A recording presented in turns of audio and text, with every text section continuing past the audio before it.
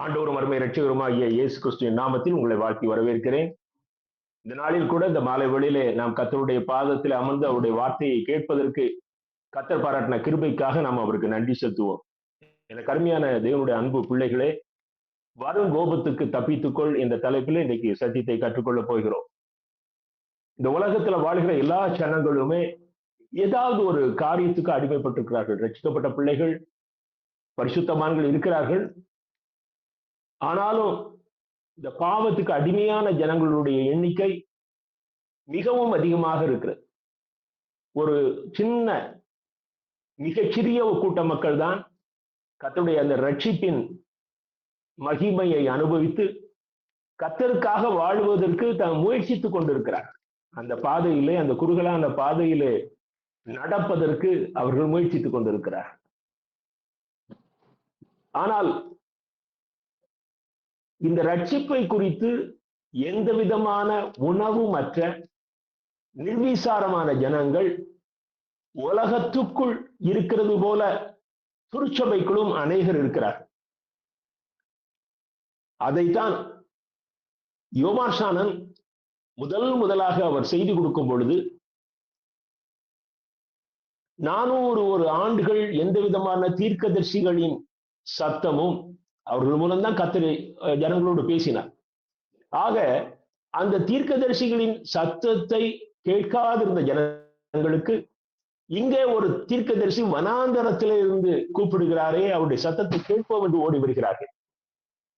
அப்படி வருகிற ஜனங்கள் மத்தியிலே பரிசேயர் ஒரு கூட்டமும் சதுசேயர் ஒரு கூட்டமும் வந்து நிற்கிறார்.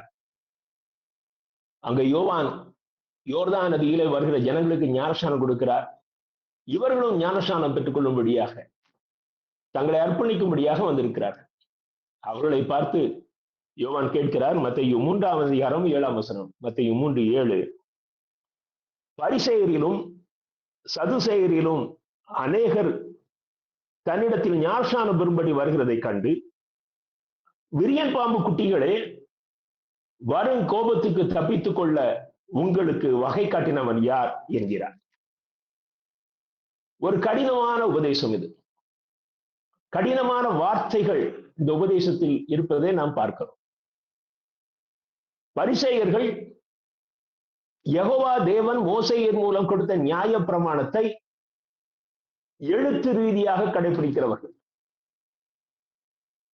சதுசேயர்களும் தங்களுக்கு ஒரு நியாயத்தை வைத்துக் கொண்டு உயிர்த்தெழுதல் இல்லை என்று சாதிக்கிற கூட்டத்தார். இப்படிப்பட்டவர்களிலிருந்து சிலர் எழும்பி, நாங்களும் ஞானஸ்நானம் பெற்றுக் கொள்கிறோம், நாங்களும் மனம் திரும்புதலுக்கு ஏற்ற ஞானஸ்நானத்தை பெற்றுக்கொள்ள ஆயத்தமாய் இருக்கிறோம் என்று வந்த பொழுது, யோவான் அவர்களை பார்த்து என் அன்பு நண்பர்களே என்று செய்தி ஆரம்பிக்கவில்லை, அல்லது என் அன்பு சகோதரர்களே என்று செய்தி ஆரம்பிக்கவில்லை. அவர் சொன்ன வார்த்தை சரி, ஆனால் அந்த வார்த்தை எவ்வளவு கடினமாக உச்சரித்தார் என்று பாருங்கள். விரியன் பாம்பு குட்டிகளே, அதனுடைய யதார்த்தமான மொழிபெயர்ப்பு என்ன என்று சொன்னால் பிசாசு மக்களே என்றார். எனக்கு அருமையான தேவனுடைய அன்பு பிள்ளைகளே, பாம்பு குட்டிகளே, எப்படி இப்படி கூப்பிடுகிற துணிச்சல் யோவானுக்கு வந்தது? இன்னும் 6 மாதத்திலே மேசியா ஊழியத்தை ஆரம்பித்து போகிறார். அதற்கு முன்னதாக கரடு முரடாக இருக்கிற இந்த இருதயங்களை அவருக்கு நேராக திருப்பணும். இப்ப இவர் சாஃப்ட் மெசேஜ் கொடுக்கிறதுக்கு ஒரு கர்த்தர் அழைக்கல். பள்ளங்கள் நிரப்பப்பட வேண்டும், மேடுகள் தகர்க்கப்பட வேண்டும். இந்த ஊழியத்தை நிறைவேற்றுவதற்காகத்தான் யோவானை கர்த்தர் தனக்கு முன்பதாக தீர்க்கதரிசியாக அனுப்புகிறார். ஆகவே அவர் அந்த கடினமான வார்த்தையிலே அந்த சதுசேயருக்கும் பரிசேயருடைய இருதயத்திலும் இந்த வார்த்தை குத்தி இருக்கும். நாம் எந்த இடத்தில் இருக்கிறோம் என்பதை இந்த தீர்க்கதரிசி எவ்வளவு அழகாக சொல்லுகிறார். இன்னைக்கு ஏன் எழுப்புதல் சபைகளில் இல்லை அப்படின்னா, ஜனங்களுடைய பாவங்களை எச்சரிக்கிற ஊழியக்காரர்கள் ஒற்றைப்படை இரட்டைப்படையிலே சொல்லக்கூடிய அளவுக்கு குறைந்து போறார். ஏனென்றால் இவர்களும் அந்த பாவத்துக்குள் இருக்கிறபடினாலே பாவத்தை எச்சரிக்க முடியவில்லை. இவர்களுக்கு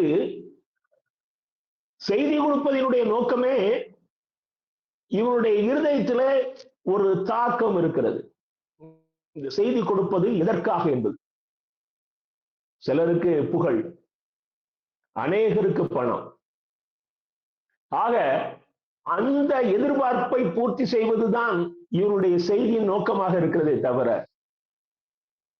நீங்கள் இயேசுவினுடைய நோக்கத்தை நிறைவேற்றுகிற ஊழியத்தை செய்ய வரவில்லை. என் அன்பு தேவனுடைய பிள்ளைகளே, மிக நேர்த்தியாக தன்னிடத்திலே வந்திருக்கிற அந்த நாட்களிலே அவர்கள் பிரபுக்களுக்கு சமமாக அல்லது திருச்சபைகளிலே அவர்கள் பிரதான இடத்தை அலங்கரிக்கிறவர்கள். வசனம் சொல்கிறது, இயேசு சொல்கிறார், அவர்கள் தங்கள் அங்கிகளை தரையில் மட்டும் அப்படி போட்டிருப்பாங்களா. அதாவது அவங்க நாங்கள் பரிசுத்த கூட்டத்தார் என்பதை காண்பிக்கும்படியா. அப்படிப்பட்ட ஜாம்பவான்களை பார்த்தவர் சொல்லுகிறார், விரியன் பாம்பு குட்டிகளே, வரப்போகிற கோபாக்கினைக்கு தப்பிக் கொள்ள வேண்டும் என்ற எண்ணம் உங்களுக்கு எங்கிருந்து வந்தது? என் அன்பு தேவனுடைய பிள்ளைகளே, இன்றைக்கு இந்த உணர்வு மங்கி போயிருக்கிற நாட்கள். ஒருவேளை இரண்டாம் வருகை குறித்து பேசுகிறார்கள், அவனுடைய அட்டவணையிலே ஒரு செய்தியை தலைப்பாக வைத்துக் கொண்டு திருச்சபைகளிலே பேசிக் கொண்டிருக்கிறார்கள். ஆனால் நாம் இந்த உலகத்திலே படைக்கப்பட்டது நோக்கம் என்ன? இயேசு கிறிஸ்து இந்த உலகத்துக்கு வந்தது நோக்கம் என்ன? அவருடைய சிலுவை மரணத்தின் நோக்கம் என்ன? திருச்சபையின் நோக்கம் என்ன? திருச்சபை என் நாளிலே ஸ்தாபிக்கப்பட்டது? பெந்தேகோஸ்தே அனுபவம் என்ன? இந்த எந்த சிந்தனையும் இல்லாமல் தங்களுக்கு தாங்களே சட்டங்களை வைத்துக் கொண்டு பிசாசை திருப்திப்படுத்துகிற தலைவர்கள் இந்த திருச்சபைகளிலே அதிகமாகிவிட்டார். ஆகையினால்தான் இன்றைக்கு திருச்சபை இயங்கிக் கொண்டிருக்கிறது. பிசாசு இந்த திருச்சபைகள் இயேசுவின் பெயரை சொன்னாலும் அது என்னை மகிமைப்படுத்துகிற என் சொற்படி நடக்கிற திருச்சபைகள், என்னுடைய நபர்களால் இயக்கப்படுகிற திருச்சபைகள் என்று சொல்லி அவன் அதை இயங்குவதற்கு விட்டிருக்கிறான். எதிர்ப்புகள் கிடையாது. ஆனால் வட இந்திய பகுதிகளிலே ஒரு சின்ன திருச்சபை இயங்க முடியல. ஏன்னா அது பிசாசினுடைய சித்தப்படி இயங்கல. நேற்றைய தினத்துல ஒரு அருமையான மிஷனரி தலைவருடைய செய்தியை கேட்டுக்கொண்டிருந்தேன். அப்ப அவங்க சொன்னாங்க, அந்த தலைவர் சொன்ன ஒரு வார்த்தை, ஜார்க்கண்ட் மாநிலத்துல ஒரு கிராமத்துல அந்த மத தீவிரவாதிகள் இயேசுவை ஏற்றுக்கொண்ட 40 குடும்பத்தை, நீ இயேசுவை மறுதளித்தால் தான் அந்த கிராமத்துக்குள்ள வசிக்க முடியும், இல்லைன்னா அந்த கிராமத்துக்குள்ள நீ இருக்க முடியாது என்று சொல்லி அவர்களை விரட்டி விட்டார். அந்த 40 குடும்பமும் கிராமத்துக்கு வெளியே காட்டு பகுதியில் மரத்துக்கு கீழே மழையிலும் வெயிலிலும் வாழ்ந்து கொண்டிருக்கிறார். ஆனாலும் அவர்கள் இயேசுவை மறுதளிக்கவில்லை. அவங்களுக்கு கார் கிடையாது, அவங்களுக்கு பங்களா கிடையாது, ஏன் காசு கிடையாது. இதை கேட்கும் பொழுது ஒரு உணர்வு உனக்கு வரவில்லை என்று சொன்னால் உன் ஆத்மா செத்த நிலையில இருக்குன்னு அர்த்தம், உணர்வற்ற நிலையில இருக்குன்னு அர்த்தம். எனக்கு அதை கேட்கும் போது உள்ள நான் நடுங்கிச்சு. இன்னைக்கு இப்படிப்பட்ட சூழ்நிலைகள் வறுமையானால் நம்முடைய பகுதியிலே இருக்கிற இந்த பெயர் கிறிஸ்தவருடைய நிலைமை எப்படி இருக்கும்? எனக்கு அருமையான தேவனுடைய அன்பு பிள்ளைகளே, நாம் விரியன் பாம்பு குட்டிகளா, இல்ல கடந்த வாரத்துல சொன்னது போல நாம் தேவனுடைய பிள்ளைகளா? நாம் விரியன் பாம்பு குட்டிகளா அல்லது தேவனுடைய பிள்ளைகளா? ரெண்டு கூட்டம் தான் உலகத்துல. ரசிக்கப்பட்டவர்கள் கொஞ்சம், ரசிக்கப்பட்டவர்கள் அபிஷேகம் பெற்றவர்கள் கொஞ்சம், அபிஷேகம் பெற்றவர்கள், அப்படிலாம் இந்த பெர்சன்டேஜ் வைஸ் எல்லாம் கிடையாது. நீ ரசிக்கப்பட்டு ஆண்டுடைய பிள்ளையாக வாழ்வாயினால் உன்னுடைய பெயர் ஜீவ புத்தகத்தில் எழுதியிருக்கும். இல்லை என்றால் உன்னுடைய பெயர், நீ ரசிக்கப்பட்டு விழுந்து போயிருப்பாயானால் உன்னுடைய பெயர் கிறுக்கப்பட்டு போயிருக்கும்.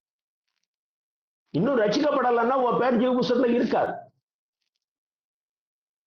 எனக்கு அருமையான தேவனுடைய அன்பு பிள்ளைகளே, சங்கீதக்காரனாய் தாவீது சங்கீதம் 51:5 சொல்றாரு, இதோ நான் துர்க்குணத்தில் உருவானேன், என் தாய் என்னை பாவத்தில் கற்பந்தரித்தார். எனக்குள்ள எப்படி இந்த பத்சேபாளை அனுபவிக்கணும் அப்படிங்கிற தவறான எண்ணம் வந்துச்சு அப்படின்னு அவர் ஆண்டவர்கிட்ட கதரும் பொழுது அவருக்குள் இருந்து வருகிற ஒரு வார்த்தையை பாருங்க, நான் உருவானதே பாவத்துல உருவானேன். எனக்கு அருமையான தேவனுடைய அன்பு பிள்ளைகளே, எல்லாரும் ரட்சிக்கப்படணும். இந்த உலகத்துல யாருமே நீதிமானா பிறக்கல. நீங்க பாருங்க, இந்த மத்தேயு 3ஆம் அதிகாரம் 10ஆம் வசனத்தை பாருங்கள். யோவான் எச்சரிக்கிறத பாருங்க. இப்பொழுது கோடரியானது மரங்களின் வேர் அருகே வைத்திருக்கிறது. ஆகையால் நல்ல கனி கொடாத மரம் எல்லாம் வெட்டுண்டு அக்கினியிலே போடப்படும். இப்பொழுதே கோடரியானது மரங்களின் வேர் அருகே வைக்கப்பட்டிருக்கிறது. எனக்கு அருமையான தேவனுடைய அன்பு பிள்ளைகளே, எல்லாம் ரெடியா இருக்கு. கர்த்தருடைய கோபாக்கினை நாள் நெருங்கி கொண்டிருக்கிறது. இதுல நான் எந்த பக்கம் நிற்பேன்? இப்போ இயேசுடைய வருகை வறுமையானால் என்னுடைய நிலைமை என்ன என்ற உணர்வை தூண்டக்கூடிய செய்திகள் 52 வாரத்துல ஒரு 26 வாரமாவது திருச்சபையில கேட்கப்படவில்லை என்றால் திருச்சபை மொத்தமாக நரகத்துக்கு போகும். நீங்க அப்போஸ்தலனாகிய பவுலுடைய நிருபங்களை படிச்சு பாருங்க. ஒவ்வொரு சபைக்கு எழுதுகிற நிருபத்திலும் அவர் பாவத்தை அந்த அளவுக்கு கண்டித்து எழுதியிருக்கிறார். பாவத்தினுடைய பட்டியலை கொடுக்கிறார். அந்த திருச்சபையில எந்த பாவம் மேலோங்கி நிற்கிறது என்பதை அவர் பறைசாற்றுகிறார். நம்முடைய திருச்சபையில ஜனங்கள் எந்த காரியத்தில் விழுந்து போயிருக்கிறார்களோ அதை திருச்சபையின் பிரசங்க பீடத்தில் இருந்து எச்சரிக்காவிட்டால் அவர்கள் தங்களுடைய பாவத்தை குறித்த உணர்வற்று அழிந்து போவார்கள். எப்படி வருங்கோபத்துக்கு தப்பித்துக் கொள்ள முடியும்? திருச்சபை ஒருவனுக்கு உதவி செய்யாவிட்டால் அவன் எப்படி வருங்கோபத்துக்கு தப்பித்துக் கொள்ள முடியும்? நீங்க யோபுவின் புத்தகத்தை பாருங்கள். யோபு 20ஆம் அதிகாரம் 27, 28, 29 வசனங்களை வாசிக்கிறேன். வானங்கள் அவன் அக்கிரமத்தை வெளிப்படுத்தி பூமி அவனுக்கு விரோதியாக எழும்பும். அவன் வீட்டின் சம்பத்து போய்விடும். அவருடைய கோபத்தின் நாளிலே அவைகள் கரைந்து போகும். இதுவே தேவனால் துன்மார்க்கிற்கு கிடைக்கும் பங்கும் அவன் செய்கைக்கு தேவனால் அவனுக்கு வரும் சுதந்திரமுமா. ஆண்டவனுடைய கோபாக்கினை நாளிலே பாருங்க, யோபு பேசியிருக்கிறாரு. கர்த்தருடைய வருகை நாளிலே, அவருடைய கோபாக்கினை நாளிலே துன்மார்க்கருடைய நிலைமை என்ன அப்படிங்கிறத சொல்றாரு பாருங்க. பூமி அவனுக்கு விரோதமாக எழும்பும். உன்னை குறித்து பூமி சாட்சி கொடுக்கும். உன்னுடைய அத்தனை பாவங்களை குறித்து சாட்சி கொடுக்கும். அவன் வீட்டின் சம்பத்து போய்விடும். இந்த உலகத்துல அவன் சேர்த்து வைக்கான்ல, என்ன பல தலைமுறைக்கு காப்பாத்துனானே, அது எல்லாம் போயிடும். 29ஆம் வசனத்தை பாருங்கள். இதுவே தேவனால் துன்மார்க்கனுக்கு கிடைக்கும் பங்கு. அங்கே மரியாளுக்கு நல்ல பங்கை கொடுத்தார், இங்க துன்மார்க்கனுக்கு கிடைக்கிற பங்கை பாருங்க. இன்னும் அடுத்த வார்த்தையில அவர் சொல்கிறார், அவன் செய்கைக்கு கிடைத்த சுதந்திரம் அதுதான். இந்த பேரழிவு தான் துன்மார்க்கனுக்கு வைக்கப்பட்டிருக்கிறது. துன்மார்க்கனா எங்கேயோ இருக்கான்னு நினைக்காதீங்க. எனக்கு அருமையான தேவனுடைய அன்பு பிள்ளையே, துன்மார்க்கன் என்கிறவன் எங்கேயோ இருக்கிறான், ஊருக்குள்ள இருக்கிறான். அவன் கொலை செய்வான், அவன் திருடுவான், அவன் கற்பழிப்பான். இப்படி லிஸ்ட் போட்டு வச்சு காத்துட்டு இருக்காதீங்க. அதனால்தான் இயேசு கிறிஸ்து எளிதாக கற்றுக் கொடுத்தார். நீ இச்சையோடு பார்த்தால் நீனும் அந்த கற்பழிப்பு குற்றத்தை செய்தவனுக்கு சமமானவன். நீ உன் சகோதரனை பகைத்தால் நீயும் அந்த கொலைகாரனுக்கு சமமானவன். இதை விட தெளிவா இன்னொரு பிரசங்கர் கற்றுக் கொடுக்க முடியாது. அவ்வளவு அழகாக இயேசு நீ துன்மார்க்கன் என்பதை போதித்து விட்டார். ஆனாலும் நிர்விசாரமாக நான் பரவாயில்ல. இந்த கிளாஸ்ல சில பிள்ளைகள் மார்க் கொடுப்பாங்க. அப்போ மேத்ஸ் பேப்பரை வாங்கினா நிறைய பிள்ளைங்க 100 அப்படிங்கும். சிலர் இருப்பாங்க, அவங்க எல்லாம் அடிக்கடி ஃபெயில் ஆகிற ஆளுகள். இந்த முறை 40 மார்க் எடுத்து பாஸ் ஆயிருந்தா நான் பரவாயில்ல அப்படிம்பாங்க. இந்த பரவாயில்ல கிறிஸ்தவ வாழ்க்கையில கிடையாது. ஒன்னு பெஸ்ட் ஆர் வொர்ஸ்ட். நீ இதுல எந்த இடத்துல இருக்கிற? நான் அவருடைய வருகைக்கு ஆயத்தமாக இருக்கிறேனா நான் வரப்போகிற கோபாக்கினையிலே தப்பித்துக் கொள்ளுகிற அளவுக்கு நான் முன்னேறி கொண்டிருக்கிறேனா, இல்ல அது கோபாக்கினையிலே நான் அழிந்து நிர்மூலமாகி போவேனா? எனக்கு அருமையான தேவனுடைய அன்பு பிள்ளைகளே, நீங்க பாருங்க, 1 யோவான் 3ஆம் அதிகாரம் 10ஆம் வசனத்துல, 1 யோவான் 3:10, இதனாலே தேவனுடைய பிள்ளைகள் இன்னார் என்றும் பிசாசின் பிள்ளைகள் இன்னார் என்றும் வெளிப்படும். நீதியை செய்யாமலும் தன் சகோதரனில் அன்பு கூறாமலும் இருக்கிற எவனும் தேவனால் உண்டானவன் அல்ல. ரொம்ப அழகா சிம்பிளா யோவான் சொல்றதை பாருங்க. இந்த உலகத்துல 2 கூட்டம் உண்டு. ஒண்ணு தேவனுடைய பிள்ளைகள், இன்னொன்னு பிசாசின் பிள்ளைகள். நீதியை செய்யாமல் தன் சகோதரனை நேசிக்காமல், இன்னைக்கு நிறைய பேர் எப்படி நினைச்சுக்கிறாங்கன்னா, ஒரு நற்கிரியை செய்தால் போதும் அப்படின்னு நினைச்சிடறாங்க. அப்படி இல்லை. நீதி செய்யறதுன்னா அது இல்லை. நற்கிரியை அதுல ஒரு சின்ன பகுதி. அதுவே உன்னை நியாயவானாக கர்த்தர் முன் நிறுத்தாது. முதல்ல நீ ரட்சிக்கப்பட்டிருக்கணும். நானே வழி என்று சொன்னாரே, அவருடைய ரத்தத்தினாலே உன் பாவங்கள் கழுவப்பட்டிருக்கணும். தாவீது சொன்ன, என் தாயின் கற்பத்தில் உருவாகும் போதே பாவத்துல பிறந்தேன்னு சொல்றாரு. அந்த பாவம் கழுவப்படணுமே.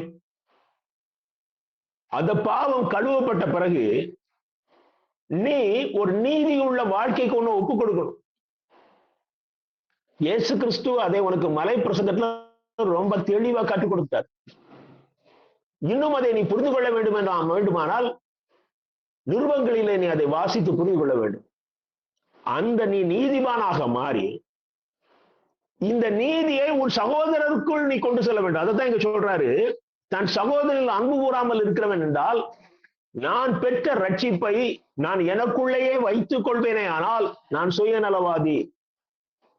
நான் அதை அந்த ரட்சிப்பு என்னுடைய சகோதரருக்கும் போய் சேர வேண்டும் என்று நான் முயற்சி எடுக்காமல் இருப்பேனே, ஆனால் எனக்கு அருமையான தேவனுடைய அன்பு பிள்ளைகளே, இந்த சர்ப்பம் என்ற காரியத்தை வேதத்துல சில வசனங்கள்ல இருந்து நான் உங்களுக்கு விளக்க விரும்புறேன். ஏன் சர்ப்பத்தின் பிள்ளைகள் என்று அங்க யோவான் கடிந்து கொண்டார்? அது எவ்வளவு ஒரு கடினமான ஒரு மோசமான ஒரு வார்த்தை. ஆனால் அந்த சர்ப்பத்தினுடைய பிசாசினுடைய குணங்கள் என்ன என்று சொல்லி பார்ப்போம். மத்தேயு 12ஆம் அதிகாரம் 34ஆம் வசனத்தை பாருங்கள். இயேசு சொல்லுகிறார், மத்தேயு 12:34, விரியன் பாம்பு குட்டிகளே, நீங்கள் பொல்லாதவர்களாயிருக்க நலமானவைகளை எப்படி பேசுவீர்கள்? இருதயத்தின் நிறைவினால் வாய் பேசும். உனக்குள்ள இருக்கிறது எல்லாமே விஷம்.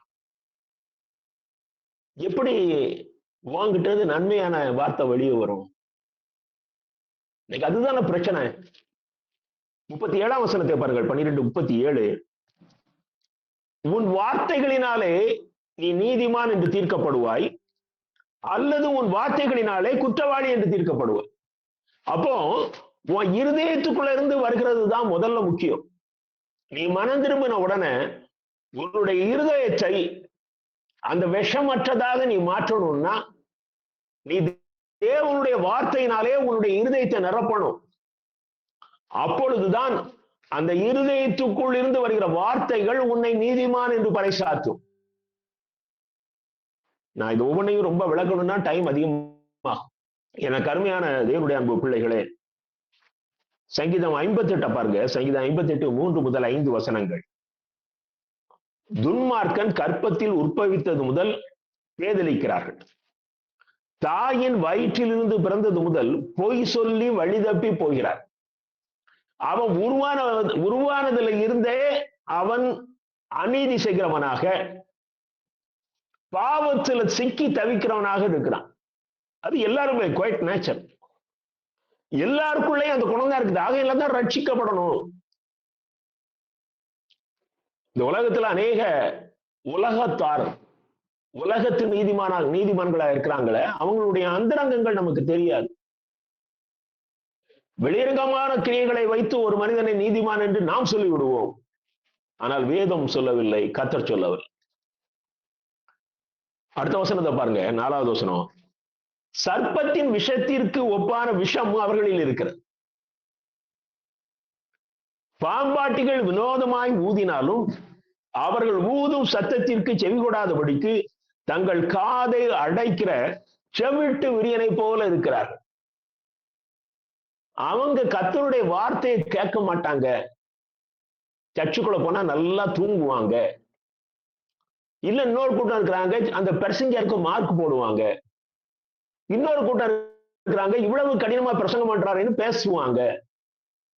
ஏனென்றால் அவர்களுக்குள் பாம்பின் விஷத்திற்கு ஒப்பான விஷம் இருக்குது. எனக்கு அருமையான தேவனுடைய அன்பு பிள்ளைகளே, நம்மை நாமே சீர்தூக்கி பார்ப்போம். நான் ரட்சிக்கப்பட்டிருக்கிறேனா? நான் ரட்சிக்கப்பட்டிருக்கிறேனா? நான் அந்த நீதியின் வழியில நான் நடக்கிறேனா?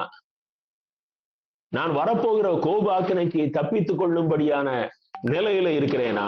நீங்க சங்கீதம் 140 3ஆம் வசனத்தை பாருங்கள். சங்கீதம் 140 3. 2ஆம் வசனத்தை கேட்டு வாசிக்க. 140 2 3. அவர்கள் தங்கள் இருதயத்தில் பொல்லாப்புகளை சிந்தித்து யுத்தம் செய்ய நாள்தோறும் கூட்டம் கூடுகிறார்கள். இன்னைக்கு நிறைய ஜனங்களுடைய இருதயத்துல என்ன பிரச்சனையை கொண்டு வந்து சண்டை போடலாம். நான் பேசுகிற எல்லா காரியங்களுக்கும் கிறிஸ்தவர்களுக்கு தான் பேசுகிறேன். கிறிஸ்தவர்கள் இந்த உலகத்தை சொல்றாங்களே, they are not Christians. ஆனா அவங்க தங்களை ஒரு சபையில உறுப்பினரா இருக்கிறதுனால கிறிஸ்தவர்கள் சொல்கிறார்களே, அந்த கிறிஸ்தவர்களுக்கு தான் இந்த செய்தியை சொல்கிறேன், உலகத்தானுக்கு அல்ல.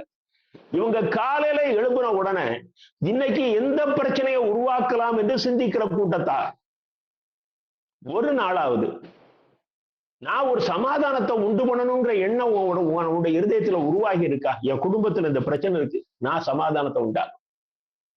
என் சபையில இந்த பிரச்சனை இருக்கு, நான் சமாதானத்தை உண்டாக்கணும். என் சபை சமாதானமா இருக்கணும்னா நீ கண்ணீரோடு ஜெபித்த நாள் உண்டா?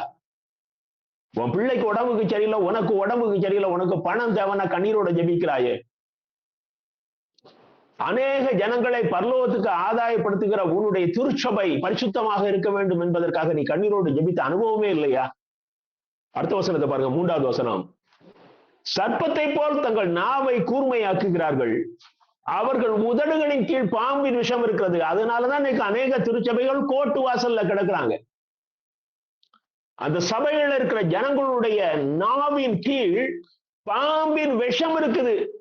அந்த வார்த்தை வந்து அநேகரா அழித்து போட்டு கொண்டு இருக்கிறது.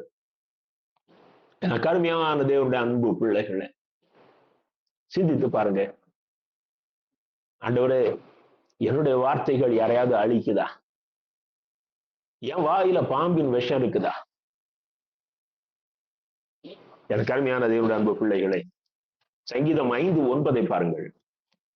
அவர்கள் வாயில் உண்மை இல்லை, அவர்கள் உள்ளம் கேடுபாடு உள்ளது, அவர்கள் தொண்டை திறக்கப்பட்ட பிரேத குழி, தங்கள் நாவினால் இச்சகம் பேசுகிறார்கள், வஞ்சகம் பேசுகிறார்.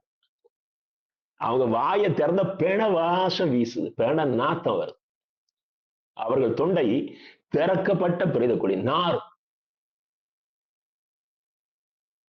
எனக்கு அருமையான தேவனுடைய அன்பு பிள்ளைகளை, நீங்கள் ரோமர் 3ஆம் அதிகாரத்திலே 10ஆம் வசனம் முதல் அந்த ஒரு 10 வசனங்களை நீங்கள் படிப்பீர்களே ஆனால், இந்த சங்கீத புத்தகத்திலிருந்து இந்த வார்த்தைகளை எல்லாம் கோர்த்து அப்போஸ்தலனாகிய பவுல் ரோம திருச்சபைக்கு எழுதுகிறார்.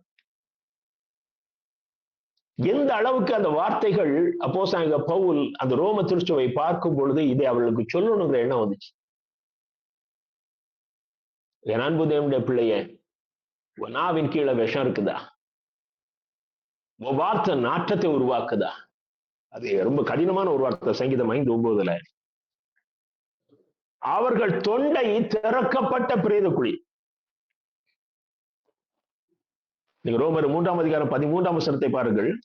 அதே வார்த்தையை அப்படியே போடுறாரு, அவர்கள் தொண்டை திறக்கப்பட்ட பிரேத குழி. அங்க லாசரு உயிரோடு எழுப்பும் போது சகோதரி சொல்றார், மரித்து 4 நாட்கள் ஆகிவிட்டதே, நாருமே. எனக்கு அருமையான தேவனுடைய அன்பு பிள்ளைகளே, நான் இன்னமும் ஒரு கழுசடையாகவே இருக்கிறேனா? எனக்கு உணர்வு இல்லையா?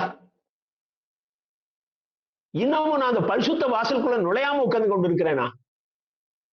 நீங்க சிறிய தீர்க்கதரிசிகளின் புஸ்தகங்கள் சகரியா, செப்பனியா, ஆமோஸ், இந்த புத்தகங்கள்லாம் படித்தீங்கன்னா எருசலேமுக்கு வரும் அழிவை குறித்து ஆண்டவர் எச்சரிப்பார். அவை எல்லாமே அவருடைய செகண்ட் கம்மிங் குறித்ததாகத்தான் இருக்கும். தேவாதி தேவனுடைய அந்த தீர்க்கதரிசிகள் மூலமாக எச்சரிக்கிற அந்த வார்த்தைகள் செகண்ட் கம்மிங் குறியதாக இருக்கும்.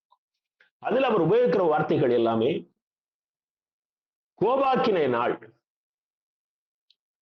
எனக்கு அருமையான தேவனுடைய அன்பு பிள்ளைகளே, இந்த எச்சரிப்புகளை நீங்கள் படிக்கும் பொழுது இப்படி ஒரு நாள் வரப்போகிறது, இதற்கு நான் ஆயத்தமா இருக்கிறேனா? நீங்க ஏசாயா 59 அதிகாரம் 5 வசனத்தை பாருங்கள். ஏசாயா 59:5.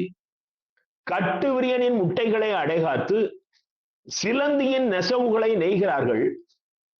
அவைகளின் முட்டைகளை சாப்பிடுகிறன் சாவான். அவைகள் நெருக்கப்பட்டதை ஆனால் விரியன் புறப்படும். அவங்க எதை அடகாக்குறாங்க? கட்டுவிரியன் பாம்பை ப்ரொடியூஸ் பண்ணுகிற கட்டுவிரியன் முட்டைகளை அடகாக்கிறார்கள். இன்னொரு காரியம் செய்கிறாங்க, சிலந்தியின் நெசவுகளை நெய்கிறார். சிக்கலான காரியங்களை உருவாக்குகிறவர்கள், அழிவுக்கு ஏதுவான காரியங்களை உருவாக்குகிறவர்கள்.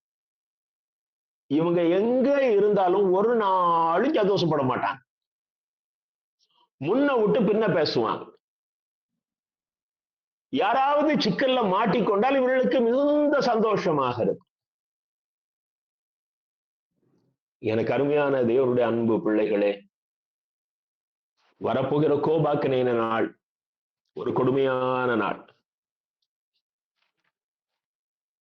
நாம் நரகாக்கினைக்கு தப்பித்துக் கொள்ள வேண்டாமா? இதான் இயேசு கேட்கிறாரு. நீங்க மத்தேயு 23 அதிகாரம் 33 வசனத்தை பாருங்கள். மத்தேயு 23:33. சர்ப்பங்களே, விரியன் பாம்பு குட்டிகளே, ஜனங்களை பார்த்தான் கேட்கிறாரு, பாம்பை பார்த்து பேசல. சர்ப்பங்களே, விரியன் பாம்பு குட்டிகளே, நரகாக்கினைக்கு எப்படி தப்பித்துக் கொள்வீர்கள்? நீங்க பேதுரு, அவர் என்ன சொன்னாரு? அவரோட 3 வருஷம் ஊழியம் பண்ண பேதுருவை பார்த்து அவர் சொல்றாரு, அவன் எப்போ கர்த்தருடைய சித்தத்துக்கு எதிராக பேசினானோ அப்பொழுது கர்த்தர் அவனுக்கு வைத்த பெயர் சாத்தான். இவன் 3 வருஷம் நல்லா ஊழியம் பண்ணானே, இவன் அந்த வார்த்தை சொல்லக்கூடாதுன்னு நினைக்கல. ஏன் அவர் அந்த வார்த்தையை சொன்னார் என்றால், அவன் மனம் திரும்பணும் அப்படிங்கிற ஆசை, அவன் அழியணுங்கிற ஆசை இல்லை. திருச்சபைகளிலே எச்சரிப்பின் செய்திகள் கொடுப்போமே, ஆனால் ஏன் கசப்பு மருந்து கொடுக்கிறோம்? பிள்ளைகள் செத்து போகட்டும்னா. ஏன் பிள்ளைகளை அடிக்கிறோம்? பிள்ளைகள் அடிபட்டு சாகணும் அப்படின்னா. சிக்ஷையை குறித்து வேத புத்தகத்தை தவிர வேற எந்த புத்தகமும் நமக்கு டீச் பண்ணலையே. அவ்வளவு அழகாக அது நமக்கு கற்றுத் தருகிறதே. இன்னைக்கு அந்த கண்டிப்பா நாம விட்டுட்டோம். ஆகையினால்தான் அந்த வயது வரும் பொழுது பிள்ளைகளே பெற்றோருக்கு எதிராளிகளாக மாறி கொண்டிருக்கிற நாட்கள். பிள்ளைகளை பெற்றோரை கண்ணீரோடு நடுத்தருவில் நிறுத்துகிற நாட்கள். இதுவரைக்கும் இல்லாத கொடிய பாவங்கள் பிள்ளைகள் செய்கிறார்கள். பெற்றோரால் ஒன்றுமே பண்ண முடியவில்லை. நீ சின்ன வயதிலேயே அதை நீ சரியான முறையில வளர்த்திருப்பாயானால் உனக்கு ஒரு பிள்ளை இருக்கும். நீ சின்ன வயதுல அந்த பிள்ளைக்கு செல்லம் கொடுத்து வளர்த்ததினாலே இப்பொழுது உனக்கு ஒரு பிசாசு இருக்கிறது. எனக்கு அருமையான தேவனுடைய அன்பு பிள்ளைகளே, இங்க இயேசு சொல்லுகிறார், சர்ப்பங்களே, விரியன் பாம்பு குட்டிகளே, நரகாக்கினைக்கு எப்படி தப்பித்துக் கொள்வீர்கள்? உனக்கு அந்த உணர்வு இல்லையே. எனக்கு அருமையான தேவனுடைய அன்பு பிள்ளைகளே, யோவான் 3 அதிகாரம் 36 வசனத்தை பாருங்கள். யோவான் 3:36. குமாரனிடத்தில் விசுவாசமாய் இருக்கிறவன் நித்திய ஜீவனை உடையவன். குமாரனை விசுவாசியாதவனோ ஜீவனை காண்பதில்லை. தேவனுடைய கோபம் அவன் மேல் நிலை நிற்கும். நாம இயேசுனுடைய கிருபையை பேசி பேசியே போக்கடிச்சிட்டோம். அவருடைய அன்பை பேசுறோம், நல்லது. யாருக்கிட்ட பேசணும் அப்படின்னா, முதல் இயேசுவை சொந்த ரட்சகராக ஏற்றுக்கொள்ள ஆர்வத்தோடு காத்திருக்கிற ஜனங்களுக்கு அவருடைய அன்பை சொல்றோம். 30 வருஷம் 40 வருஷம் கிறிஸ்தவங்கிற பேர்ல உட்கார்ந்து சபையில பெஞ்ச தேக்கிட்டு இருக்கிற கூட்டத்துக்கு நீ இன்னமும் கூட அந்த இயேசுவின் பிள்ளையாகாமல் இருக்கிறாயே. இன்னமும் நீ அந்த சாத்தானோட தானே உறவு வச்சிருக்கிற. நீ என்னைக்கு இந்த சபைக்குள்ள வந்தாயோ, நீ ஞானசானம் எடுத்து வந்தியோ, நீ வாரிசா வந்தியோ, நீ எப்படியோ உள்ள வந்துட்ட. ஆனால் இன்னமும் உனக்கு அந்த உணர்வு, நான் இயேசுவின் பிள்ளையாக மாறி இருக்கணும், நான் வளர்ந்திருக்கணும், நான் பரிசுத்தத்துல வளர்ந்திருக்கணும், அந்த எண்ணம் இல்லையே. அப்படிப்பட்டவர்களுக்கு மீண்டும் நீ இயேசுவின் கிருபையையும் அவருடைய அன்பையும் இரக்கத்தையும் போதிப்பாயானால் ஒரு பிசாசை தான் அது உற்பத்தி பண்ணும். அது ஒரு பரிசுத்தவான உருவாக்காது. எனக்கு அருமையான தேவனுடைய அன்பு பிள்ளைகளை, இங்கே பாருங்கள், குமாரனிடத்துல விசுவாசமாய் இருக்கிறதுனா இயேசுவை நான் விசுவாசிக்கிறேன்னு சொல்லி சர்ச்சுக்குள்ள கை கட்டி கை கூப்பி நிக்கிறதல்ல. நீ விசுவாச பிரமாணத்தை சொல்லும் பொழுது அப்படியே கண்களை மேல மல்லாக்க தூக்கி அப்படியே பரிசுத்தத்தின் முத்த உருவமாக நிற்கிறாயா, அது அல்ல. தேவனுடைய வார்த்தைகளுக்கு அப்படியே கீழ்ப்படிவதுதான் விசுவாசிக்கிறது. இயேசு சொன்ன ஒவ்வொரு வார்த்தைக்கும் நான் கீழ்ப்படிய ஆரம்பித்து விட்டால் நான் அவரை விசுவாசிக்கிறேன் அர்த்தம். அதனால்தான் ஒரு மலை பிரசங்கத்துல எச்சரிக்கிறார், என்னை நோக்கி கர்த்தாவே கர்த்தாவே. அவன் என்ன சொல்றான்? அவர் சொல்றாரு, நீ பிசாசுகளை துரத்துன, நீ அற்புதம் செஞ்ச, ஆனா நீ என்ன சொல்ற? என்னை நோக்கி கர்த்தாவே கர்த்தாவேன்னு கூப்பிடுற. அதுக்கு முன்னதாக அவர் சொல்லுகிற ஒரு வார்த்தை, தேவனுடைய சித்தத்தின்படி செய்கிறவனே பரலோக ராஜ்யத்தில் பிரவேசிப்பான். அப்போ உங்ககிட்ட தேவனுடைய சித்தத்தின்படி நீ செய்யறது இல்லை. நீ ஒரு நாள் ரட்சிக்கப்பட்ட, நீ அபிஷேகம் பெற்ற, ஆவியின் வரங்கள் வேணும்னா நீ வல்லமையா ஊழியம் செய்கிற, நீ எப்போ ஜெபிச்சாலும் கத்தாவே கத்தாவேங்கிறா. ஆனால் உன் கிரியைகளில தேவனுடைய சித்தம் இல்லையே, நீ தேவனுடைய சித்தப்படி ஒண்ணுமே செய்யறது இல்லையே. இன்னைக்கு ஊழியக்காரர்கள்ட்ட அவர்கள் பிள்ளைகளை காட்டிலும் மற்ற பிள்ளைகளை நேசிக்கிறது இல்லையோ, பார்ஷியாலிட்டி. காணிக்க சேர்ந்து குமிஞ்சி வந்து ஒண்ணு ஒரு ட்ரஸ்ட் ஆரம்பிச்சு பிள்ளையையும் பேர பிள்ளையும் பொறுப்பாளியா வச்சிடணுங்கிறதுல எவ்வளவு கன்னிங்கா இருக்கிறாங்க. தேவன் இயேசு யார வாரிசா வச்சாரு? யோவான் யார வாரிசா வச்சாரு? பவுல் யார வாரிசா வச்சாரு? ஆனா இன்னைக்கு உலகத்தாரை காட்டிலும் பெரிய ஊழியக்காரன் சொல்கிறவர்கள் தங்களுக்கு காணிக்கையாக வந்த வருமானத்தை ஏதோ இவங்க ரொம்ப ஹார்டியாண்டு பண்ணி இவங்க ரத்த பாடுபட்டு சம்பாதிக்க ஒரு பணம் மாதிரி நினைச்சு அதுக்கு வாரிசுகளை நியமிக்கிறதுல எவ்வளவு இதா இருக்கிறாங்க. எல்லாருக்கும் தான் கர்த்தர் எச்சரிக்கிறார், நீ குமாரனிடத்துல விசுவாசமா இருக்கிறாய். குமாரனிடத்துல விசுவாசமாய் இருப்பாய் என்றால் உன் கையில இருக்கிறது உன்னுடையதல்ல, உன் கையில் இருப்பது உன்னுடையதல்ல. அது உனக்கு தெரியும். கடைசியில சக போறனால அந்த உணர்வு வரும். நான் இத்தனை கோடி வச்சிருக்கிறேனே, இப்ப ஒண்ணும் எனக்கு கிடையாது அப்படிங்கிற உணர்வு வரும். அன்னைக்கு எமிலனுடைய செய்தியை கேட்டுக்கிட்டு இருந்தேன். அண்ணா சொல்றாரு, நீ சவப்பெட்டி தூக்க போயிருக்கிறியா? ஒரு நாள் ஒண்ணு அதே மாதிரி தூக்குவாங்க. அதை பலருடைய முன்னிலையில ஒன்னையும் ஒரு பெட்டிக்குள்ள வச்சு படுக்க வச்சிருப்பாங்க. இதோ நமக்கு இதெல்லாம் நடக்காது, நம்ம என்னாலும் உலகத்துல இருப்போங்கிற எண்ணம் வரக்கூடாது. அருமையான ஒரு எச்சரிப்பு. எனக்கு அருமையான தேவனுடைய அன்பு பிள்ளைகளே, எப்பொழுதும் ஒரு உணர்வோடு இருங்கள். நான் இயேசுவினுடைய கட்டளைகளுக்கு கீழ்ப்படுகிறேனா? சபையின் கட்டளையை நான் சொல்லல, சபைக்கு ஒழுங்கு இருக்கு, அதை செய்யுங்க. ஆனால் வாழ்க்கை முறையை கற்றுத்தருவது வேத புத்தகம் தான். அந்த வேத புத்தகத்தின் வார்த்தைக்கு நீ கீழ்ப்படுவாயானால் நீ சபைக்கு பூரணமாக கீழ்ப்படுகிற புருஷனாக பெண்ணாக இருப்பார். எனக்கு அருமையான தேவனுடைய அன்பு பிள்ளைகளே, நாம் தேவனுடைய சித்தத்துக்கு இயேசு கிறிஸ்துவினுடைய வார்த்தைகளுக்கு கீழ்ப்படியாவிட்டால் தேவனுடைய கோபம் நம்மேல் பற்றி நிற்கும். கோபாக்கின நாள்ல தப்ப முடியாது. நீங்க செப்பனியா 3ஆம் அதிகாரம் 2ஆம் வசனத்தை பாருங்கள். அங்கே எருசலேமினுடைய பாவத்தை அவர் கண்டிக்கிறார். செப்பனியா 3:2. அது சத்தத்துக்கு செவி கொடுக்கவில்லை, அது கடிந்து கொள்ளுதலை ஏற்றுக்கொள்ளவில்லை, அது கர்த்தரை நம்பவில்லை, அது தன் தேவனிடத்தில் சேரவில்லை. இன்னைக்கு இப்படிப்பட்ட எருசலேமை போன்ற ஜனங்கள் தான் கிறிஸ்தவர்கள் போர்வையில் உட்கார்ந்து கொண்டிருக்கிறோம். அது சத்தத்துக்கு செவி கொடுக்கவில்லை, அது கர்த்தருடைய சத்தத்துக்கு செவி கொடுக்கவில்லை, அது கடிந்து கொள்ளுதலை ஏற்றுக்கொள்ளவில்லை, அது கர்த்தரை நம்பவில்லை. எனக்கு அருமையான தேவனுடைய அன்பு பிள்ளைகளை, இது சாதாரணமான நடக்கிற காரியம் தானே.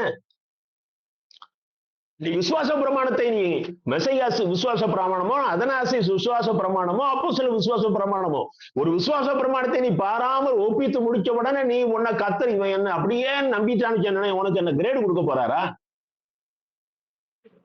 எனக்கு அருமையான தேவனுடைய அன்பு பிள்ளைகளே, நான் கிரியையில் அதை வெளிப்படுத்தணுமே. இயேசு நேசிக்க சொல்லி இருக்கிறாரு, இயேசு கொடுக்க சொல்லி இருக்கிறாரு. கடைசி நாள்ல அதை தானே கேட்கிறாரு. அவர் முன்னால நிற்கிற செம்மறியாட்டு கூட்டத்தையும் வெள்ளாட்டு கூட்டத்தையும் பார்த்து அவர் கேட்பது என்ன? என் பிதாவினால் ஆசீர்வதிக்கப்பட்டவர்களே,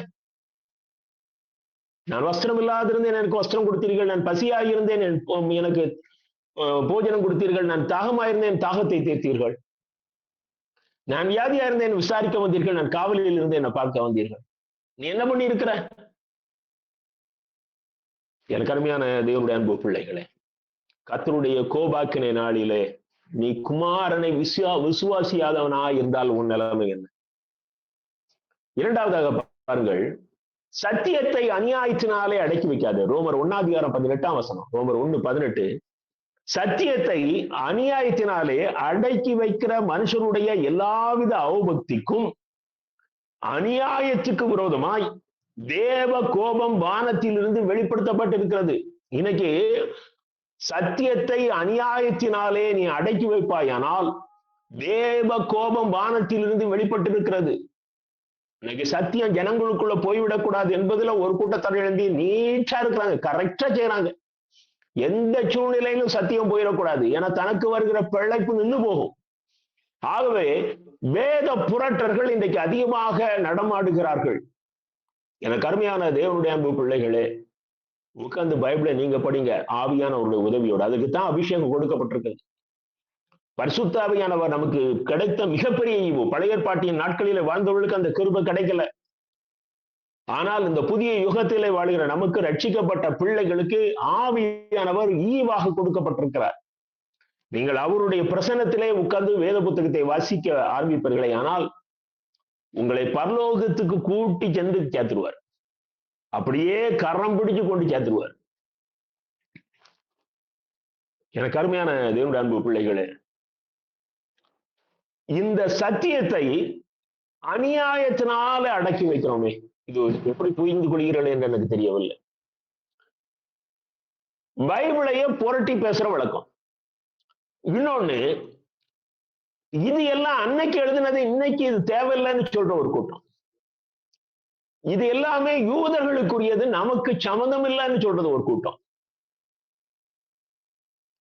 எனக்கு அருமையான தேவனுடைய அன்பு பிள்ளைகளே, சில பிரசங்க பீடங்கள்ல பார்த்தாச்சுன்னா அந்த யூதர்களுக்கு சொன்ன வாக்கு தத்துவத்தை தான் திரும்ப சொல்லிக்கிட்டே இருக்கிறாங்க. இஸ்ரவேலருக்கு கொடுத்த வாக்கு தத்துவம், நீ கடன் வாங்காதிருப்பாய், கர்த்தர் உன்னை வாளாக்காமல் தலையாக்குவார்.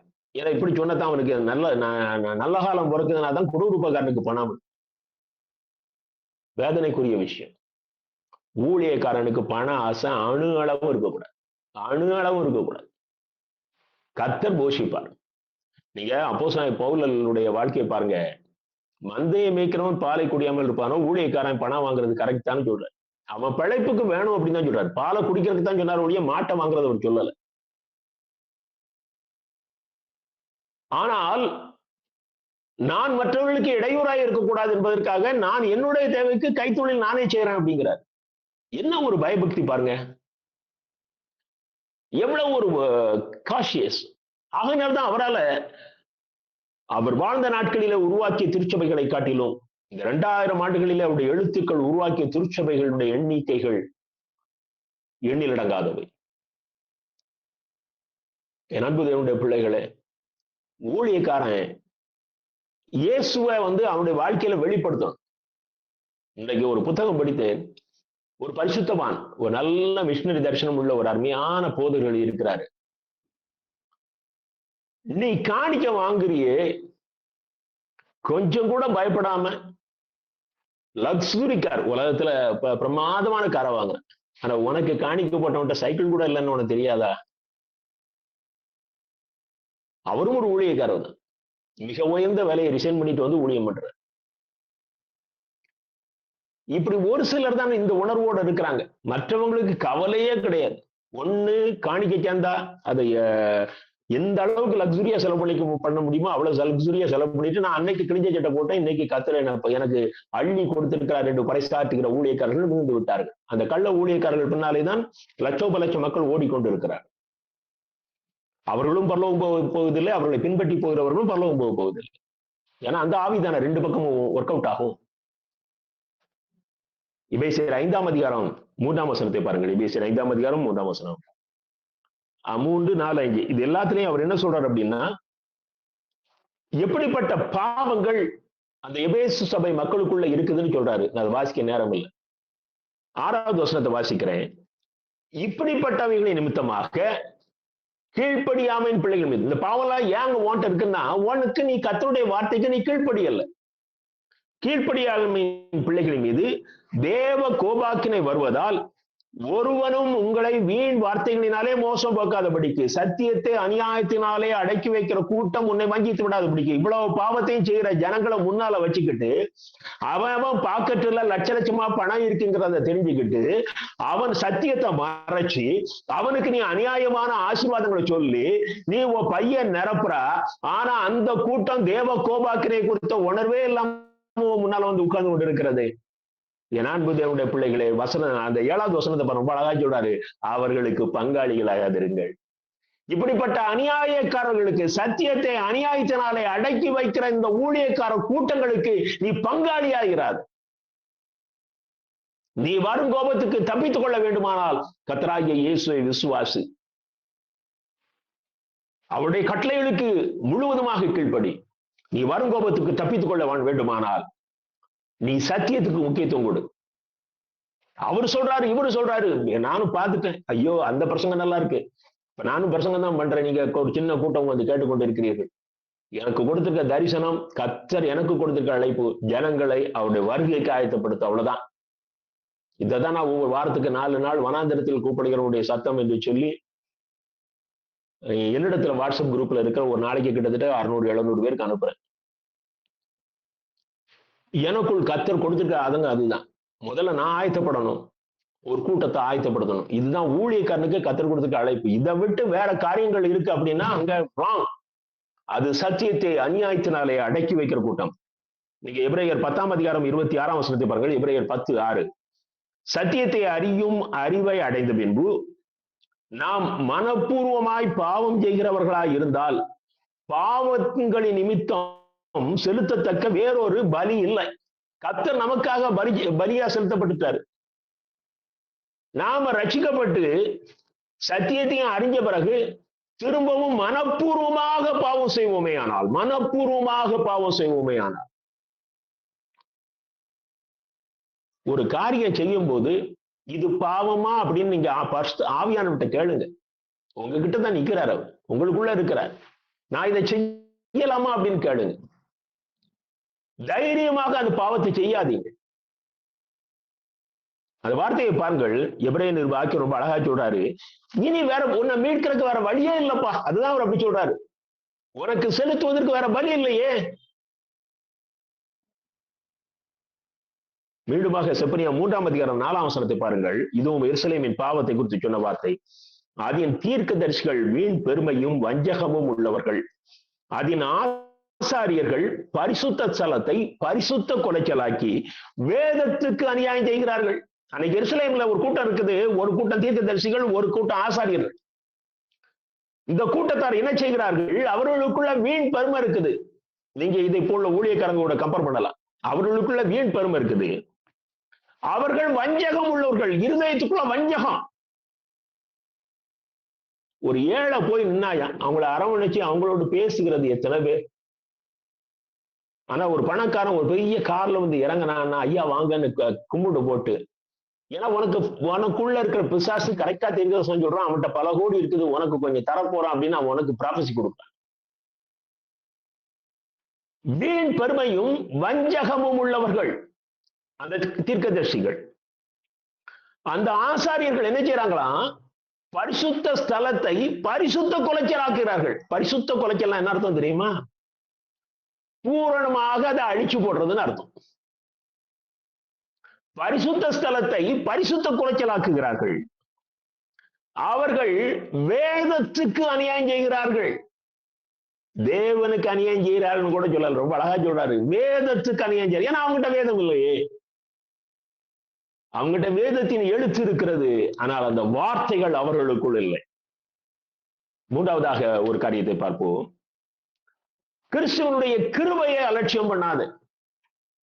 அவருடைய வார்த்தைகளை நீ விசுவாசிக்காவிட்டால் அதற்கு கீழ்ப்படியாவிட்டால் நீ வருங்கோபத்துக்கு தப்பித்துக் கொள்ள முடியாது. நீ சத்தியத்தை அநியாயத்தினாலே அடக்கி வைக்க முயற்சிப்பாயானால், அல்லது அப்படி அடக்கி வைக்கிறவர்களை நீ பின்பற்றுவாயானால் நீ வருங்கோபத்துக்கு தப்பித்துக் கொள்ள முடியாது. நீ தேவ கிறிஸ்துவனுடைய கிருபையை நீ அலட்சியம் பண்ணுவாயானால். ரோமர் 5ஆம் அதிகாரம் 7ஆம் 8ஆம் வசனத்தை பாருங்கள். ரோமர் 5, 7, 8. நீதிமானுக்காக ஒருவன் மரிக்கிறது அரிது, நல்லவனுக்காக ஒருவேளை ஒருவன் மரிக்க துணிவான். நாம் பாவிகளாயிருக்கையில் கிறிஸ்து நமக்காக மரித்ததினாலே தேவன் நம்மேல் வைத்த அன்பை விளங்க பண்ணுகிறார். எனக்கு அருமையான தேவனுடைய அன்பு பிள்ளைகளே, கர்த்தர் நமக்கு அந்த சிலுவையிலே மரித்து சம்பாதித்து கொடுத்த அந்த ரட்சிப்பை போல மிகப்பெரிய சொத்து இந்த உலகத்துல ஒண்ணுமே கிடையாது. இதை எந்த கிறிஸ்தவன் உணர்ந்திருக்கிறானோ அவன் தான் இயேசு கிறிஸ்துவை பின்பற்ற முடியும்.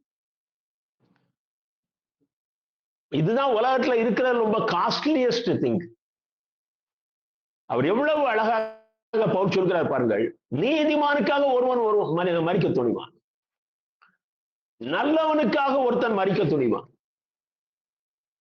நாம் பாவிகளாயிருக்கையில் கிறிஸ்து நமக்காக மரித்ததினாலே தேவன் நம்மேல் வைத்த அன்பை விளங்க பண்ணுகிறார். அப்போ இவ்வளவு பெரிய அன்புள்ள தேவன் இந்த ரட்சிப்பை நீ அலட்சியம் பண்ணி அதை காலின் கீழே போட்டு மிதிச்சு நீ கேர் பண்ணலன்னா ஒரு நாள் அவர் நியாய தீர்ப்பை தன்னுடைய மகன் கையில கொடுத்து அனுப்புவாரே, அன்னைக்கு அவர்கிட்ட எவ்வளவு கோபம் இருக்கும். கிறிஸ்துவின் கோபாக்கினை என்று சொல்லவில்லை, தேவனுடைய கோபாக்கினை. அவர் எவ்வளவு கோபப்படுவார். நான் எவ்வளவு பெரிய ரட்சிப்பை கொடுத்தேன். ஒரு சம்பவம் ஒரு இயேசு கிறிஸ்து சொல்றாரு. அங்க கல்யாணத்துக்கு அழைக்கப்பட்டவர்கள் வரல. ராஜா என்ன செய்றாரு, சந்தை வெளிகள்ல இருக்கிற எல்லாத்தையும் அழைச்சிட்டு வான்னு சொல்லி அவங்களெல்லாம் உள்ள அலோவ் பண்ணியாச்சு. அவங்க வழக்கப்படி எல்லாத்துக்கும் உள்ள வந்து கல்யாண வஸ்திரம் கொடுப்பாங்க, அதை வாங்கி அணிந்து கொண்டு தான் உள்ள போகணும். அப்போ ஒருத்தன் அதை அசட்டை பண்ணி என் ட்ரெஸ் போதும்னு சொல்லி உள்ள போயிட்டான். அப்ப அங்க உள்ள ராஜா சுற்றி பார்க்கும் பொழுது ஒருவன் கல்யாண வஸ்திரம் தரித்திராதவனாக உட்கார்ந்து கொண்டிருக்கிறான். அவனை உடனே ஆண்டவர் ராஜா அவனை பிடிச்சு அவனுக்கு பனிஷ்மெண்ட் கொடுக்க சொல்றார். நாம் நமக்கு கிடைத்திருக்கிற அந்த ரட்சிப்பின் வஸ்திரத்தை அசட்டை பண்ணி நான் இப்படித்தான் இருப்பேன், கோபாக்கினை நாள்ல நீ தப்ப முடியாது. என் அன்பு மகனே மகளே, என் அன்பு சகோதரனே சகோதரியே, நீ கோபாக்கினை நாளிலே தப்ப முடியாது. நீங்க 1 கொரிந்தியர் 15ஆம் அதிகாரம் 34ஆம் வசனத்தை பாருங்க. 1 கொரிந்தியர் 15:34. நீங்கள் பாவம் செய்யாமல் நீதி கேட்க விழித்துக் கொண்டு தெளிந்தவர்களாயிருங்கள். சிலர் தேவனை பற்றி அறிவில்லாது இருக்கிறார்களே. தேவன் எப்படிப்பட்டவங்க அறிவே உனக்கு இல்லையே. பவுல் சொல்றாரு, அவரும் அவ்வளவு அன்பு செலுத்தி அவருடைய ஏக புதல்வனை நீ அவரோடு வாழ வேண்டும், அந்த இடத்துக்கு போனா நீ பரிசுத்தமாகணும், அப்போ உனக்கு தலைமுறையா வந்த பாவம் கழுவப்படணும், அப்ப அது இயேசுவின் ரத்தத்தினால்தான் முடியும்னு சொல்லி அவரையே உனக்காக அவர் ஈந்தாரே. அந்த கிருபையை உணர்ந்து கொள்கிற அறிவு உனக்கு இல்லையே. நீங்கள் பாவம் செய்யாமல், அது எப்ப அந்த அறிவு வருமா, நீ பாவம் செய்யக்கூடாது, நீதி கேட்க விழித்துக் கொண்டு தெளிந்தவர்களாயிருங்கள். சிலர் தேவனை பற்றி அறிவில்லாது இருக்கிறார்களே. எனக்கு அருமையான தேவனுடைய அன்பு பிள்ளைகளே, எந்த அளவுக்கு இயேசுடைய கிருபை நீங்கள் உணர்கிறீர்களோ அந்த அளவுக்கு தேவனுடைய கோபாக்கினையை நீங்கள் புரிந்து கொள்ள வேண்டும். கொலோசியர் 3ஆம் அதிகாரம் 25ஆம் வசனத்தை பாருங்கள். கொலோசியர் 3:25. அநியாயம் செய்கிறவன் தான் செய்த அநியாயத்துக்கு ஏற்ற பலனை அடைவான், பட்சபாதம் இல்லை. தேவனிடத்துல பட்சபாதம் இல்லை. இன்னைக்கு ஒரு போதகர் பிரசங்கிக்கிறாரு, ஒரு தடவை ரட்சிக்கப்பட்டுட்டா போதும், கர்த்தர் மன்னிக்கிறதுக்கு தயை வெறுத்து இருக்கிறார், அவர் அவ்வளவு கடின குணம் உள்ளவர் அல்ல, கண்டிப்பாக பரலோகத்துக்கு அனுப்புவார். ஆனா வசனம் சொல்றது பாருங்க, அநியாயம் செய்கிறவன் தான் செய்த அநியாயத்துக்கு ஏற்ற பலனை அடைவான். நீ என்னைக்கும் ரட்சிக்கப்பட்டதெல்லாம் அங்க பேசாது. அந்த ரட்சிப்பு, அதனாலதான் இயேசு சொன்னாரு, அந்த ரட்சிப்பை நீ முடிவு வரையும் பாதுகாத்துக்கொள் அப்படின்னாரு. தினசரி அந்த ரட்சிப்பை நீ புதுப்பிச்சுக்கிட்டே வரணும். நீ பாத்திரம் விளக்குற மாதிரி அதை விளக்கி சுத்தப்படுத்தி கொண்டே வர வேண்டும். இல்லை என்றால் அவன் செய்த அநியாயத்துக்கு ஏற்ற பலனை அடைவான், பட்சபாதம் இல்லை. தேவன் பட்சபாதம் உள்ளவர் அல்ல. அதனாலதான் நான் என்னுடைய செய்தியில் எப்பவுமே சொல்றது, இந்த உலகத்துல நீ பெரிய பெரிய ஊழியக்காரன்னு சொல்லுகிறாயே, எல்லாரும் மனிதர்கள் தான். உன்ன மாதிரி ஒருத்தர் தான் அப்படிப்பட்ட ஊழியக்காரர் மாறினாரு. எல்லாரும் மொத்தமா தான் போய் நிக்க போறோம். கியூல அவங்களுக்கு ஸ்பெஷல் கியூ, நமக்கு ஒரு கியூன்னு கிடையாது. எல்லாம் செம்மறியாட்டு கூட்டமும் வெள்ளாட்டு கூட்டமும் மொத்தமா தான் போய் நிக்க போகுது. கர்த்தர் தான் பிரிப்பார். எனக்கு அருமையான தேவனுடைய அன்பு பிள்ளைகளே, வெளிப்படுத்தல் 20:12 வாசித்து நான் நிறைவு செய்ய விரும்புகிறேன். வெளிப்படுத்தல் 20:12. மரித்தோராகிய சிறியோரையும் பெரியோரையும் தேவனுக்கு முன்பாக நிற்க கண்டேன். அப்பொழுது புத்தகங்கள் திறக்கப்பட்டன. அவர் முன்னால் நிறைய புத்தகம் இருக்குங்க. புத்தகங்கள் திறக்கப்பட்டன. ஜீவ புத்தகம் என்னும் வேறொரு புத்தகமும் திறக்கப்பட்டது. அது ரொம்ப ஸ்பெஷலிஸ்ட் அத இது பண்ணி அழுத்தி சொல்றார். ஜீவ புத்தகம் என்னும் வேறொரு புத்தகமும் திறக்கப்பட்டது. அப்பொழுது அந்த புத்தகங்களில் எழுதப்பட்டவைகளின்படியே, நிறைய புத்தகம் வச்சிருந்தார்ல, அந்த புத்தகங்கள் எல்லாம் நம்மளை பற்றி ரெக்கார்டு தான் இருக்குது. மரித்தோர் தங்கள் தங்கள் கிரியைகளுக்கு தக்கதாக நியாய தீர்ப்படைந்தார். அந்த புத்தகத்துல நம்மளை பற்றி அவ்வளவு ரெக்கார்டு இருக்கு, அதுக்கு தகுந்தபடி நியாய தீர்ப்பு. 15ஆம் வசனம், வெளிப்படுத்தல் 20:15. ஜீவ புத்தகத்தில் எழுதப்பட்டவனாக காணப்படாதவன் எவனோ அவன் அக்னி கடலிலே தள்ளப்பட்டான். ஜீவ புத்தகத்துல அவன் பேர் இல்லைன்னா நீ நரக அக்னியில தள்ளப்படுவாய். எனக்கு அருமையான தேவனுடைய அன்பு பிள்ளைகளை, வெளிப்படுத்தல் 3:19 கடைசி வரியை வாசிக்கிறேன். நீ ஜாக்கிரதையாயிருந்து மனந்திரும்பு. நீ ஜாக்கிரதையாயிருந்து மனந்திரும்பு. எனக்கு அருமையான தேவனுடைய அன்பு பிள்ளைகளே, கர்த்தருடைய கோபாக்கினை நாள் வேகமாக வந்து கொண்டிருக்கிறது. கர்த்தருடைய கோபாக்கினை நாள் வேகமாக வந்திருக்கிறது. நீங்கள் யோவேல் தீர்க்கதரிசியின் புஸ்தகம் 1ஆம் அதிகாரம் 2ஆம் அதிகாரம், ஏசாயா 2ஆம் அதிகாரம், அநேக செப்பனியா 1ஆம் அதிகாரம், எல்லா இடங்களிலும் இந்த கர்த்தருடைய கோபாக்கினை நாளை குறித்து மிக தெளிவாக கர்த்தர் தம்முடைய தீர்க்கதரிசிகளை கொண்டு பழைய ஏற்பாட்டு நாட்களிலேயே சொல்ல ஆரம்பிச்சிட்டாரு. ஜனங்கள் ரெடியாகணும், ஜனங்கள் ரெடியாகணும். எனக்கு அருமையான தேவனுடைய அன்பு பிள்ளையே, ஜாக்கிரதையா இருந்து மனம் திரும்பு. உன்னுடைய பேர் ஜீவ புத்தகத்துல எழுதியிருக்கான்னு கர்த்தர்ட்ட கேளு. ஆண்டவரே, என் பேர் ஜீவ புத்தகத்துல எழுதப்பட்டது கிறுக்கப்படாம இருக்குதா, அது எழுதப்பட்டிருக்கிறதா என்று சொல்லி ஆண்டவரிடம் கேள். கர்த்தர் இந்த செய்தியை கேட்ட ஜனங்களுடைய இருதயத்துல இன்றைக்கு பேசி இருக்கிறார். உங்கள் எல்லோருக்கும் பரலோக வாழ்வை தருவார். இன்னைக்கு இரவுல நீங்க ஆண்டவர்கிட்ட தனிமையில உங்க படுக்கையில படுத்திருந்து ஆண்டவர்கிட்ட பேச பழகுங்க. ஒரு 40 வயசு தாண்டிட்டா படுக்கையில படுத்திருந்து ஆண்டவர்கிட்ட பேச பழகுங்க. நீங்க ஒண்ணும் இப்ப ரொம்ப முழங்கால் போட்டு கண்ணீரோட கதருங்க நான் சொல்லல. ஆண்டவரே, நான் ரட்சிக்கப்பட்ட பிள்ளைகள் கேட்க வேண்டிய கேள்வி, இன்றைக்கு அந்த ரட்சிப்பை நான் ரெனியூ பண்ணியிருக்கிறேனா? ஒரு பாஸ்போர்ட்டை 10 வருஷத்துக்கு ஒரு தடவை ரெனியூ பண்ணணும். நான் ரட்சிப்பை நான் தினம் ரெனியூ பண்ணணும். நான் அதை ரெனியூ பண்ணியிருக்கிறேன் என்று கேளுங்கள். கர்த்தர் உங்களை பரலோகத்துக்கு கூட்டி சேர்ப்பார். வருங்கோபத்துக்கு தப்பித்துக் கொள்வீர்கள். வருங்கோபத்துக்கு தப்பித்துக் கொள்வீர்கள். நீங்கள் தேவனுடைய பிள்ளைகள், தேவனோடு வாழப் போகிறவர்கள். இந்த செய்தியை கேட்ட எல்லாரையும் அவருடைய குடும்பத்தையும் கர்த்தர் அபரிவிதமாக ஆசீர்வதித்து தம்முடைய ராஜ்யத்திலே சேர்த்துக் கொள்வார். ஆமென். கண்களை மூடி ஜெபிப்போம். என் அன்பு தகப்பனே, இந்த நாளிலே நீர் எங்களோடு பேசிய வார்த்தைகளுக்காக நன்றி சுவாமி. நீங்க எங்களை எவ்வளவு அதிகமா நேசிக்கிறீங்கப்பா. எப்படியாவது நான் சிந்திய ரத்தத்தினாலே இந்த ஜனங்களை மீட்டு என்னோடு வாழ்வதற்கு அழைத்து செல்லணும்னு சொல்லி எவ்வளவு ஏக்கமா இருக்கிறீங்க. உங்களுடைய வார்த்தைகளை புரிந்து கொள்ளுகிற கிருபையினால் எங்களை நிரப்பும். தேவனுடைய வார்த்தைகளை நாங்கள் அசட்டை செய்யாதபடி, அதை அந்நியமாக்கி விடாதபடி பாதுகாத்துக் கொண்டோம். இன்னைக்கு இந்த செய்தியை கேட்ட ஒவ்வொருவரையும் என் கர்த்தர் உணர்வுள்ள இருதயத்தை கொடுத்து அவர்களை உமக்கு உகந்தவர்களாக மாற்றும். அருமையான போதர் அம்மாவுக்காக நன்றி செலுத்துகிறேன். ஆண்டவரே, அருமையான திருச்சபைக்காக நன்றி செலுத்துகிறேன். திருச்சபையின் நிர்வாகிகளுக்காக, மூப்பர்களுக்காக நன்றி செலுத்துகிறேன். எல்லாருடைய இருதயத்திலும் இயேசுவை ஏற்றுக்கொண்டு சாட்சியா வாழணும். நம்ம கூட இருக்கிறவங்களை அந்த வாழ்க்கைக்குள்ள வழி நடத்தணுங்கிற தாகத்தை இன்னைக்கு கொடுங்கப்பா. ஆண்டவரே, இந்த நான் எஞ்சிய எங்கள் ஆயுசு நாட்களை உமக்காக வாழ்வதற்கு எங்களுக்கு உதவி செய்யுங்க. இயேசு கிறிஸ்துவின் மூலம் வேண்டிக் கொள்கிறோம் பரமபிதாவே. ஆமென்.